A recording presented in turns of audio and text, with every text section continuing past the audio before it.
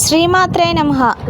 Hi friends, మా video మీకు నచ్చినట్లయితే షేర్ చేయండి, లైక్ చేయండి, కామెంట్లో ఓం నమ శివాయ అని కామెంట్ చేయండి.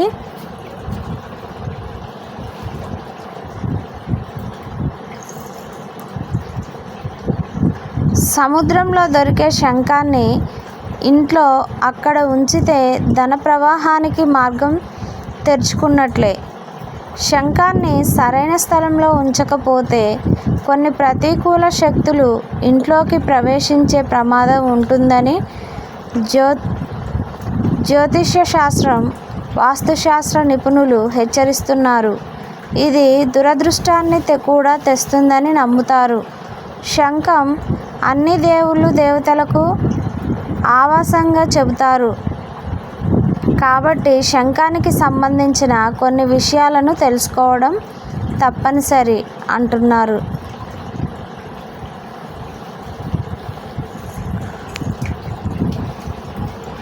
హిందూ మతంలో శంఖానికి ప్రత్యేక ప్రాముఖ్యత ఉంది. ఏదైనా శుభకార్యం లేదా మతపరమైన కార్యక్రమాన్ని ప్రారంభించే ముందు శంఖాన్ని ఊదడం ఒక సాంప్రదాయం.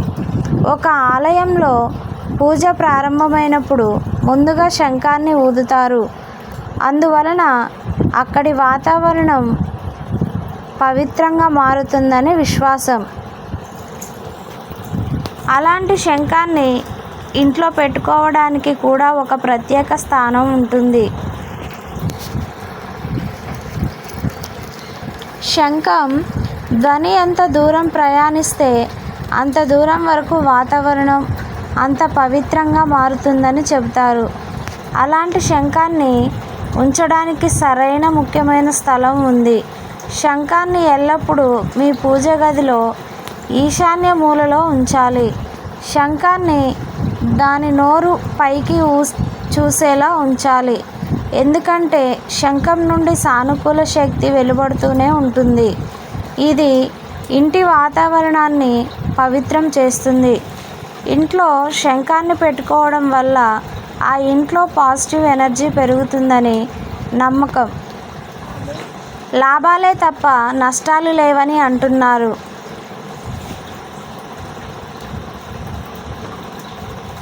శంఖాన్ని ఊదడానికి ముందు దానిని గంగాజలంతో శుభ్రం చేయాలి. ఉపయోగించిన తరువాత కూడా శంఖాన్ని గంగాజలంతో కడిగి శుభ్రమైన గుడ్డతో తుడవాలి. ఇంటి వాతావరణం శుభ్రంగా మంచిగా ఉండేలా ఆచారాల తర్వాత దానిని దాని సరైన స్థలంలో ఉంచాలి. ఇంట్లో శంఖాన్ని సరైన స్థలంలో ఉంచకపోతే లేదా ఊదిన తర్వాత శుభ్రం చేయకపోతే జీవితంలో అనేక రకాల సమస్యలు తలెత్తుతాయి. శంఖం అన్ని దేవతలకు నిలయం కాబట్టి శంఖం తెరచి ఉన్న వైపు ఎల్లప్పుడూ పైకి ఎదురుగా ఉంచాలి. ఇది దాని శక్తిని ఇంటి అంతటా ప్రవహించేలా చేస్తుంది. ఫ్రెండ్స్, ఈ వీడియో మీకు నచ్చినట్లయితే ఒక లైక్ చేయండి, షేర్ చేయండి, సబ్స్క్రైబ్ చేసుకోండి.